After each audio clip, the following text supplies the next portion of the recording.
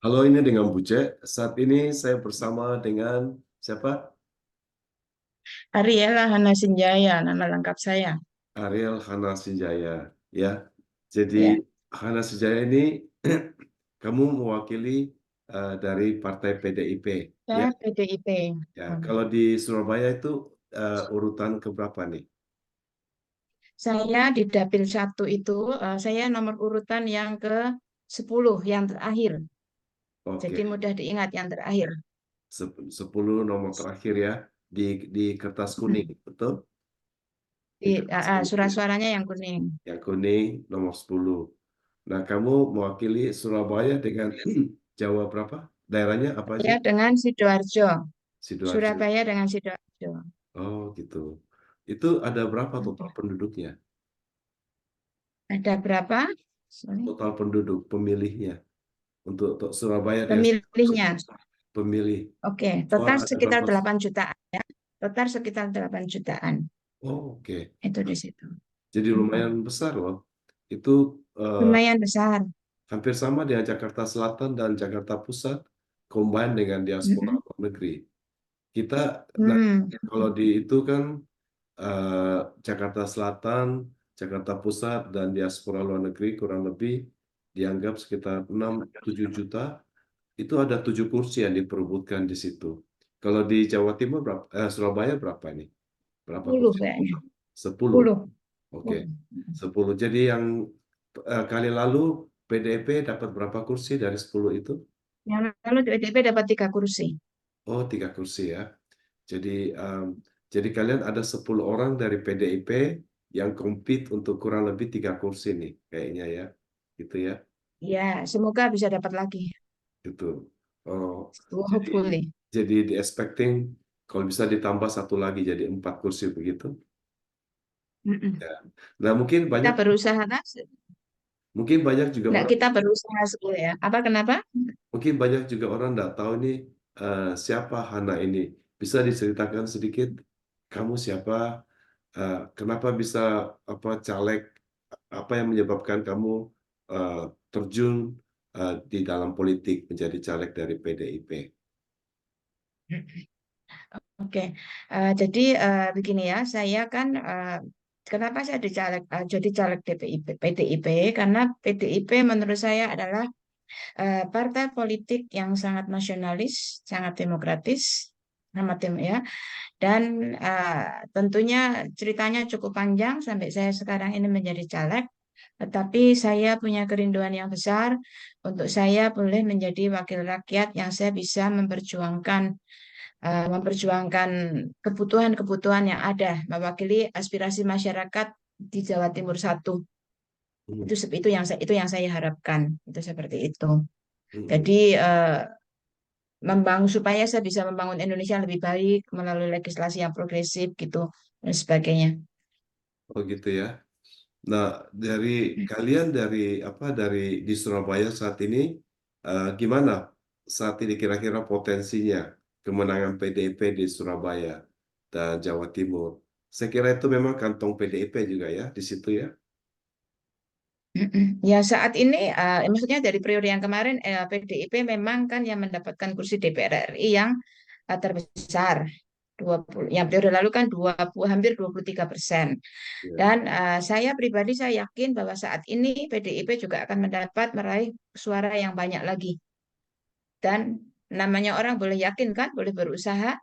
Jadi ya semoga bisa dapat lebih banyak lagi begitu. Apalagi dengan saya keyakinan saya pribadi dengan saya ikut bergabung dan potensi yang saya miliki plus anugerahnya Tuhan, saya berharap saya bisa memperkuat PDIP.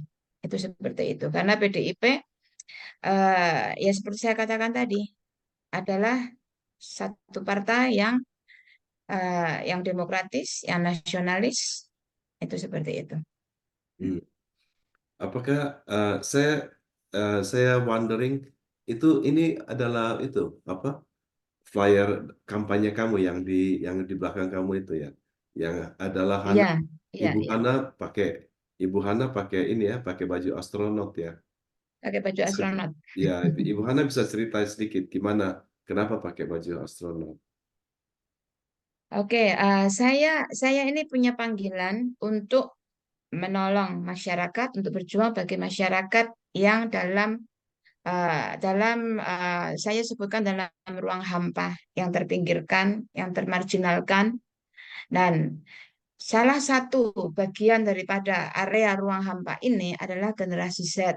Saat ini 60% kurang lebih penduduk Indonesia adalah generasi Z, orang muda yang sangat pintar, sangat potensial, luar biasa, tetapi kadang-kadang itu mungkin karena kesenjangan usia, kesenjangan ya budaya yang ada, karena generasi Z ini lahir di saat yang ya di mana dunia digital mulai mulai terjadi juga, di mana orang-orang yang di atasnya, di generasi yang di atasnya kurang menyadari bagaimana itu sifat karakter budaya generasi Z, sehingga banyak terjadi kesenjangan. Nah, saya sangat terpanggil untuk menjadi sosok ya pribadi yang bisa mendukung jadi ibunya generasi Z, antara lain begitu, apalagi dengan latar belakang saya adalah pendiri Yayasan Anak Bangsa Berakhlak Mulia, ya, yang memang mendidik anak-anak disebut adalah anak-anak marginal untuk punya karakter yang tangguh.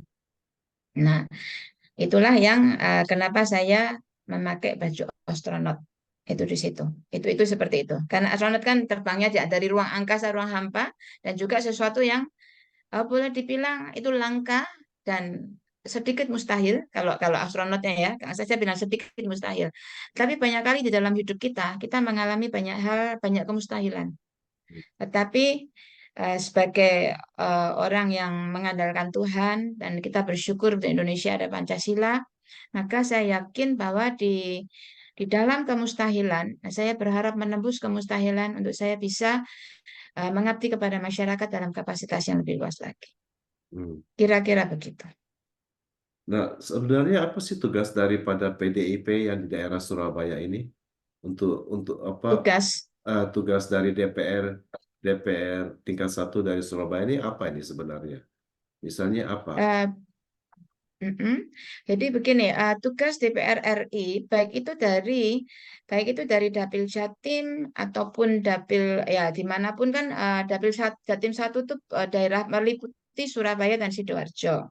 Ya, Tetapi saya ya, tapi yang namanya tugasnya DPR, anggota DPR, baik itu dari Surabaya atau dari manapun juga, ya, itu adalah tentunya mewakili dan memperjuangkan aspirasi masyarakat. ya, Nah, juga antara lain lagi mengadvokasi kebijakan, ya, dan juga pengawasan. Ada tiga tugas utama daripada DPR RI. Hanya kenapa dikelompokkan itu adalah daerah di mana kita mewakili suara rakyat di daerah tersebut. Itu hmm, seperti itu. itu ya. Apakah gubernur, misalnya gubernur Jawa ini berarti gubernur atau gubernur Jawa Timur apa gubernur Surabaya sih? Wali kota Surabaya dan gubernur Jawa Gubernur Jawa Timur. Timur, kalau Surabaya adalah wakil. Oke, sebentar. Surabaya adalah wakil maksudnya apa? Wali kota, Surabaya adalah wali kota, ya, Heeh. Surabaya adalah wali kota. Kalau gubernur adalah provinsi adalah Jawa Timur. Jadi yang mengangkat gubernur siapa? Itu dipilih Yang secara mengangkat langsung gubernur itu atau pemilihan juga. pemilihan Kenapa? juga? Dipilih Pemilihan nanti pemilihan pilkada adalah nanti berikutnya bulan September kalau nggak salah. Jadi nanti ya bulan Juli ini adalah pemilihan presiden dan calon legislatif dan calon DPD. Oh gitu. Itu seperti itu. Nah, untuk mungkin juga banyak yang tidak tahu bahwa uh, Hana kan asalnya dari Makassar dan Ibu Hana ini kan apa yang membuat vaksin massal di Makassar selama rutin ya, hampir setiap hari gitu ya. Nah, apakah hal Mm-mm. yang sama diadakan juga di Surabaya kali ini? Tidak, atau bagaimana? Vaksinasi. Mm-mm. Enggak kan sudah pandemi kan sudah lewat ya. Jadi Oh, begini, saya perlu ceritakan ya, saya bukan orang Makassar. Saya ya, lahir di Jawa, ya, bahkan saya pernah tinggal di Surabaya. Jadi saat ini bukan saya orang Makassar pindah ke Surabaya, tetapi oh, saya pulang kampung. oke. Oh, Ya, jadi jadi memang saya mungkin asalnya, bisa cerita sedikit. ya, Hah? Heeh. Jadi asalnya memang Mm-mm. dari Surabaya memang ya? Asalnya dari Semarang, tapi Ya. saya pernah bekerja di Surabaya. Oh. Saya bekerja sebagai manajer Latulit Kosmetik di Surabaya, PT Rempaka, sebelum saya sekolah di Amerika. Hmm. Itu Kak begitu. Nah, ketika saya sekolah di Amerika, kemudian saya juga pelayanan di berbagai bangsa, dan kemudian saya terpanggil untuk pulang. Nah, ketika saya pulang, memang saya memilih Indonesia Timur karena saya merasa saya perlu meningkatkan di daerah Indonesia Timur. Dan kebetulan pada waktu itu disertasi saya buat di Kabupaten Sopeng yang tidak jauh dari Makassar. Sehingga ya saya bisa ya kemudian saya buat di Makassar karena Makassar juga adalah pintu gerbang daripada Indonesia Timur. Nah, Nah, seperti dulu ketika saya ya, kenapa? disertasinya itu tentang apa nih yang di Sopeng itu? Disertasiku itu adalah communication, informasi dan komunikasi teknologi untuk transformasi sosial. Itu sudah lama sekali ya. Jadi Ya. communication information technology as one of the tool for spiritual and social transformation. Hmm. Jadi ini malah sebenarnya unik kalau kita ngomong disertasi, Ya. karena ketika saya buat disertasi itu pada waktu itu internet masih langka, Ya. belum ada e-book, kan sudah lama saya lulusnya ya, belum ada e-book dan sebagainya. Hmm. Jadi tidak lama sebenarnya tahun-tahun terakhir, jadi Regent University salah satu profesor saya minta saya membuat studi kasus jadi disertasi saya untuk dibandingkan dengan perkembangan teknologi saat ini. Karena disertasiku dulu ketika buat itu malah belum ada iPhone. Kan Hmm. sudah agak lama ini memangnya. Sekolahnya begitu. Oke. Nah, bisa ceritakan sedikit kegiatan kampanye kamu yang ada di Surabaya dan Jawa Timur gimana? Mm-mm. Oke, jadi saya beberapa hal yang saya lakukan. Satunya tentunya saya ya mengunjungi masyarakat atau istilahnya belusuan. Ya, itu adalah hal-hal yang memang sudah biasa saya lakukan karena selama ini kan saya adalah aktivis sosial yang memang selalu bertemu dengan akar rumput. Itu salah satunya. Ya. Dan yang kedua, tentunya saya menjalin networking karena saya aktif di berbagai macam organisasi, baik nasional dan juga ya pernah tinggal di luar negeri kan, internasional. Nah, itu jaringan-jaringan network itu yang mendukung saya, mereka yang sudah tahu latar belakang saya, tahu kapasitas saya. Nah, mereka semangat juga untuk mengajak kerabatnya, relasinya untuk ikut mendukung saya. Dan selain itu saya banyak melakukan serangan di udara. Kalau mungkin pernah dengar serangan fajar ya, ada memang orang-orang yang eh, ya kata orang pakai money politik dan sebagainya ya, itu enggak tahu semoga sih sudah tidak ada lagi. Tapi saya tidak ada itu pakai money politik atau serangan fajar. Nah, saya istilahku serangan di udara, makanya pakai baju astronot juga. Jadi saya walaupun bukan generasi Z, tapi saya banyak belajar dari generasi Z. Jadi saya banyak menggunakan sosial media. Bahkan saya tidak pasang satupun baliho. Belum. Tidak pasang satupun baliho. Jadi saya banyak banyak lewat sosial media. Kecuali minggu depan. Minggu depan itu adalah ulang tahunnya PDIP yang ke-51. Itulah minggu depan saya baru akan pasang baliho berjalan di mobil-mobil dengan ucapan selamat kepada PDIP dengan moto yang luar biasa indah. Itu adalah motonya PDIP, yaitu kebenaran pasti menang. Itu caranya saya kampanye. Itu seperti itu, Mbak, begitu. Jadi Ibu Hana Dan ini saya bilang kan saya dulu dari Surabaya. ya, Saya pernah tinggal di Surabaya. Jadi banyak banyak teman-temanku di Surabaya. oh, Gitu. gitu ya. Jadi Ibu Hana ini menggunakan metode kampanye serangan di udara gitu ceritanya ya. Dan mobil berjalan ya. Nah, eh, saya Iya. eh, saya mau tahu nih, kayaknya apakah eh, elektif apa itu suara dari PDP itu bergantung pada pada apa? Pada eh, rating daripada Pak Ganjar atau bagaimana? Bagaimana? Suaranya PDIP. Ya, bagaimana rating Pak Ganjar? Bagaimana apa tanggapan masyarakat Pak Ganjar, Pak Prabowo, Pak Anies di sana nih? di Surabaya saat ini? Begini toh, kan namanya pesta demokrasi dan ada tiga orang, tiga pasangan, tiga paslon, ya Mm-mm. kan? Nah, pasti masing-masing tentunya punya penggemarnya dan punya pengikutnya sendiri. Ya. Nah, kami dari PDIP, saya mungkin lebih baik ngomong tentang diri saya sendiri, ya kan? Tentunya saya, ya saya bersyukur, saya senang saya diusung oleh PDIP. Jadi saya yakin setiap caleg itu mestinya bangga kepada partainya sendiri dan Pak Ganjar adalah usungan daripada partai PDIP, Pak Ganjar dan Pak Mahfud. Jadi Mm. saya dengan sepenuh hati itu akan berusaha memenangkan Pak Ganjar dengan Pak Mahfud. Mm-mm. Selain tentunya saya menyukai visi misi beliau, ya Mm. kan? Setiap paslon tentunya punya kelebihan, punya kekurangan, tidak ada yang sempurna.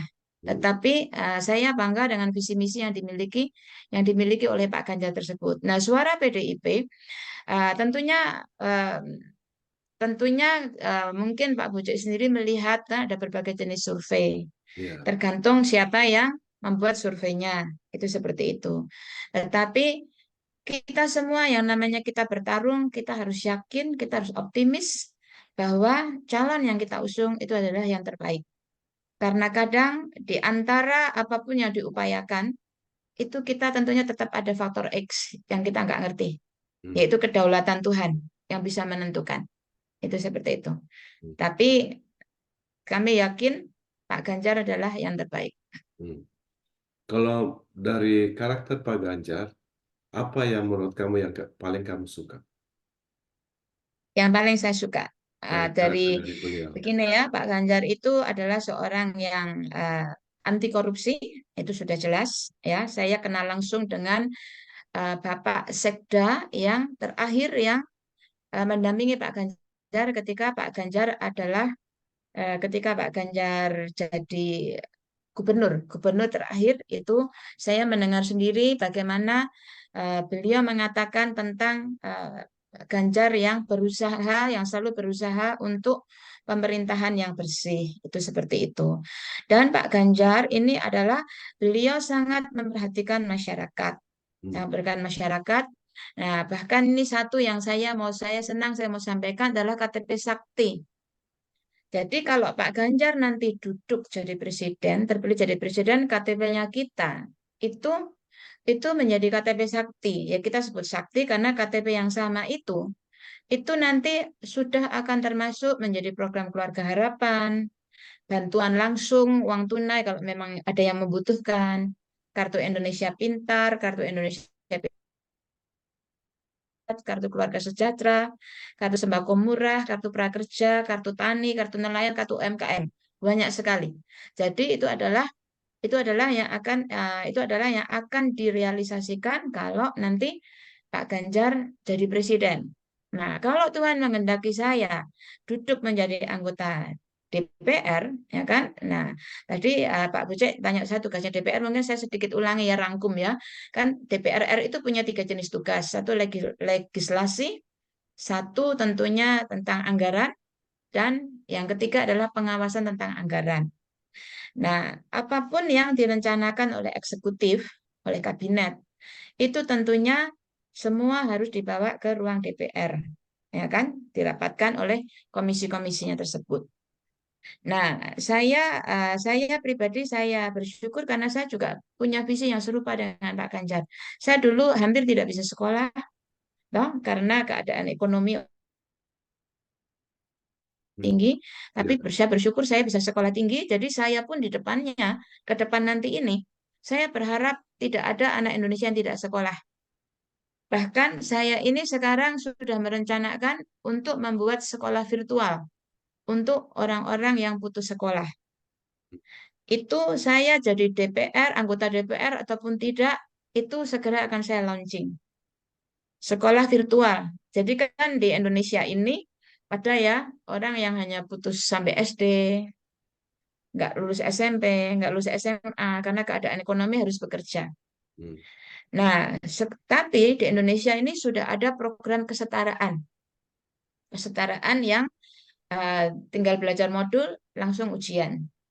Nah, kalau saya membuatnya itu secara virtual, maka misalnya tukang sapu di mana, atau tukang cuci di mana, atau driver ojek, pagi bekerja dan sebagainya, tapi mereka bisa belajar sendiri di rumah secara virtual. Begitu selesai modulnya, mereka tinggal ijazah. Nah, saya mengerti tentang hal ini karena saya ini juga adalah salah satu anggota Dewan Pendidikan. Terus selain itu, saya belum lama menolong satu anak kusta umur 17 tahun yang sakit sejak dia itu hampir lulus SD. Hmm. Jadi sekian tahun dia sakit terbaring, tidak bisa berjalan, dan tragisnya justru neneknya membuang surat lahirnya, raport-rapotnya semua, sehingga dia tidak bisa lanjut sekolah, tapi dia semangat. Nah, saya kemudian berjuang, saya uruskan surat kelahirannya, dan kemudian saya mintakan modul ini, dan dia belajar sendiri, nanti tinggal ujian. Nah, dari situlah saya kemudian berpikir, why not? Kenapa saya tidak lakukan juga untuk orang-orang lain? Gitu loh. Sekarang Karena kita kan kembali ke Pak karena Ganjar. tidak Ya, tidak mengenai usia. ya. Sekarang kita kembali ke Pak Ganjar. Sebab Ya, benar bagaimanapun ya. juga eh, DPR. apa suara dari PDP, suara dari kalian itu bergantung pada Pak Ganjar, pada tingkat apa eh, apa maksudnya tuh yang Maksudnya suara PDIP bergantung pada Pak Ganjar. iya. Saya Maksudnya kenapa? terus karena Kenapa PDP kan begitu? 100% kan mendukung Pak Ganjar ya. Jadi kalau Mm-mm. kalau Harus toh. ya, nah, nah, jadi makanya saya ingin tahu bagaimana pendapat kamu tentang Pak Ganjar itu. Ya, jadi beliau, jadi Mm-mm. karakter beliau, terus karena itu sangat menentukan saat ini untuk di Indonesia saat ini suara PDP itu bergantung pada Pak Ganjar ya, dengan apa kesukaan masyarakat seberapa banyak kepada beliau. Dari pengalaman kamu turun ke bawah, kamu melihat bagaimana pendapat masyarakat tentang Pak Ganjar. Gini, saya mungkin tambahkan. Toh, saya setuju dan tidak setuju kalau dibilang bahwa suaranya PDIP tergantung pada Pak Ganjar. Hmm, Saya rasa saling melengkapi. hmm, Ya kan? Saya rasa saling melengkapi. Jadi ada yang karena satu wilayah atau komunitas atau individu yang senang dengan sosoknya Pak Ganjar, maka ketika seorang caleg datang dan apa namanya membawa kartu nama atau stiker yang ada fotonya Pak Ganjar, oh sama itu Pak Ganjar. Ya kan? Tapi di sisi lain yang saya temui di lapangan juga tidak selalu begitu. gitu ya. Tetapi karena komunitas suka PDIP-nya, Hmm. itu saya Kan, nemukan banyak. Jadi oh, seperti belum lama, sorry sedikit ya, contohnya saya belum lama kan PDIP ini melakukan membagi telur serentak seluruh Indonesia, membagi apa? gitu kan? Membagi apa? Membagi telur, telur rebus, karena itu kan itu sebagai suatu simbol ya bahwa kita ini ingin anak Indonesia itu sehat dan bebas dari stunting. Jadi saya pribadi turun ke lapangan. Nah, ini saya cerita sedikit. Yang awalnya itu ada satu komunitas tim saya kan kami bagi tugas kan, tidak bisa saya datang sini semua kayak betul. Nah, ada satu wilayah yang tim saya bilang ini orang nggak berani ke sana karena ini katanya adalah daerah dari paslon yang lain. Nah, saya bilang nanti saya ke sana. Jadi sore-sore siang-siang saya datang. Saya dengan sederhana saya mengatakan ini saya dari PDIP. Ini kami hari ini serentak membagi telur karena kepedulian kami terhadap anak Indonesia. Ya kan, ini kartu nama saya dan saya cerita tentang KTP Sakti. Itu saya mendatangi saya pribadi di luar daripada timku yang lain 200 rumah. Itu mereka menyambut dengan senang dan beberapa malah ngomong, oh saya juga pecintanya PDIP. Jadi tadi saya katakan setuju dan tidak setuju. Hmm, Jadi yang senang Pak Ganjar tentunya akan menolong caleg PDIP, tetapi yang cinta PDIP juga menolong Pak Ganjar hmm, dan menolong kami caleg juga pribadi daripada caleg itu ketika datang mungkin menyenangkan, ngomong dari hati, itu menolong. Jadi saya rasa saling melengkapi. Itu gitu. seperti itu. Bagus sekali untuk masukannya ya. Jadi Mm-mm. bahwa PDP punya suara bukan 100% bergantung pada Pak Ganjar. Ada orang memang juga Saya yakin terkait tidak. PDIP Ya. gitu ya. Menurut menurut kamu ada nggak suara-suara yang menyatakan tidak menyukai PDIP yang kamu dengar? Oh ya, ada. Itu rame itu kalau di grup orang pada berantem toh. Jadi Ya, kalau saya misalnya menjawab juga yang fakta yang saya tahu, ya ya. saya kemudian di apa ya, saya tidak mau pakai kata diserang sebenarnya, tapi maksudnya ya debat itu ada sih suara-suara sumbang, ada teman-teman yang bilang tidak suka, tapi saya suka kamu, saya pilih kamu, itu kan seperti itu. Nah, setiap orang tentunya tentunya punya hak pilihnya masing-masing, ya kan? Setiap orang kan punya hak pilihnya kan, ya kita tidak bisa paksakan bahwa misalnya contoh soal saya suka kamu atau saya tidak suka kamu. Setiap orang punya haknya sendiri-sendiri. Hmm. Dan saya yakin begini, eh, tidak ada satupun partai yang sempurna Hmm. dan tidak ada satupun ketua partai yang sempurna. Hmm. Setiap ketua partai dan setiap pengurus partai punya kelemahan dan punya kelebihan. Hmm. Jadi karena saya ditanya demikian, yang dengar dengar video saya akan katakan ini, ayo kita ini semua kita damai satu dengan yang lain. Hmm. Karena ketika ada kedamaian satu dengan yang lain, ya kan, itulah di sana Tuhan memerintahkan berkat. Hmm. Tapi kalau di grup WA sudah ribut, di keluarga ribut, di mana bagaimana ya enggak ngerti ya di Alkitabku kan tertuliskan kemana kalau saudara duduk bersama dengan rukun, kesanalah diperintahkan berkat. Ya, Nah, jadi sebenarnya apapun pilihannya kita harusnya dengan rukun lah. Karena tidak ada itu yang sempurna. Itu terima Pak Ibu kasih Megawati terlepas dari daripada kelebihan dan kelemahannya. Beliau juga adalah, saya sebut beliau adalah seorang legenda. hmm. Karena beliau adalah perempuan pemimpin pertama yang menjadi presiden Indonesia. Beliau juga perempuan pemimpin pertama yang memimpin partai terbesar di Indonesia. Ini aku semangat sekali karena saya perempuan. Hmm. Walaupun saya belum pernah bertemu muka dengan Ibu Megawati. Hmm. Walaupun saya tahu banyak orang yang bikin video nyinyir dengan Ibu Megawati. Dan terlepas sebenarnya daripada saya PDIP atau tidak PDIP. Seharusnya seluruh dunia mengakui bahwa beliau memang fakta adalah satu-satunya pemimpin perempuan Indonesia. Gitu Hmm. loh. Hmm. Jadi sebenarnya ya lanjut tanya Pak, tapi sebenarnya tiga orang perempuan ini yang saya anggap hebat di Indonesia. Hmm. Yang perlu dapat apresiasi. Satu, Ibu Megawati, Hmm. yang orang senior, yang berjuang, pejuang yang luar biasa di tengah perjuangannya, di tengah penderitaannya ketika zaman kemerdekaan masih bertahan. Yang kedua adalah Ibu Iriana Jokowi. Hmm.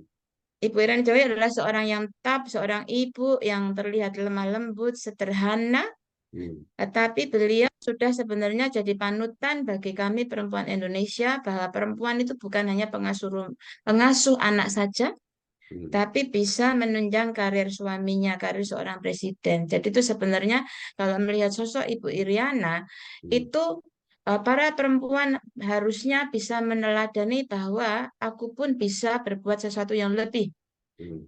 dari apa yang saya lakukan sekarang. Nah, yang ketiga, saya suka sekali itu Ibu Satsep, istrinya Pak Ganjar. Oke.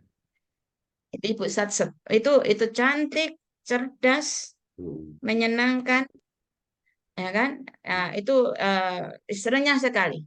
Itu kalau beliau nanti jadi seorang ibu negara, Hmm. itu luar biasa sekali. Hmm. Jadi saya belum lama malah di hari ibu saya buat kartu itu saya pasang tiga tokoh perempuan ini. Hmm. Mereka punya kelebihan hebat sendiri ya. Itu Hmm. Pak Buce. Ini tidak rencana ngomong begini nih, tapi ditanya saya ngomong. Nah, Ya, kita jadi semua saya harus menutup, sayang ya, Ibu saya menutup Megawati. interview ini. Ya, ya, ya, oke. Saya Ya, menutup interview ini dengan dengan ya. apa? Dengan kepujian Mhm. daripada ya, Ibu Hana terhadap tiga tokoh wanita yang dikaguminya, yaitu Ibu Megawati, Ibu Iriana, dan Ibu daripada istri dari Pak Ganjar, ya. Dan Ibu itu Atika, Ibu Satset. Saya sebut Ibu Satset. Ibu Sunset, Sunset, Satset, Satset. Itu kan apa ya namanya jargonnya ya Pak. Pak jangan tahu satset cepat satset. oh Saksek, maksud Saksek, oh cepat, oke. Ada lagi kata penutup daripada interviewnya nih? Kata penutup dari saya, kata penutup dari saya adalah, ayo kita bersama toh, tingkatkan eh, kerinduan kita, keinginan kita, semangat kita untuk berbuat sesuatu bagi bangsa kita. Baik kita ini pejabat ataupun tidak pejabat.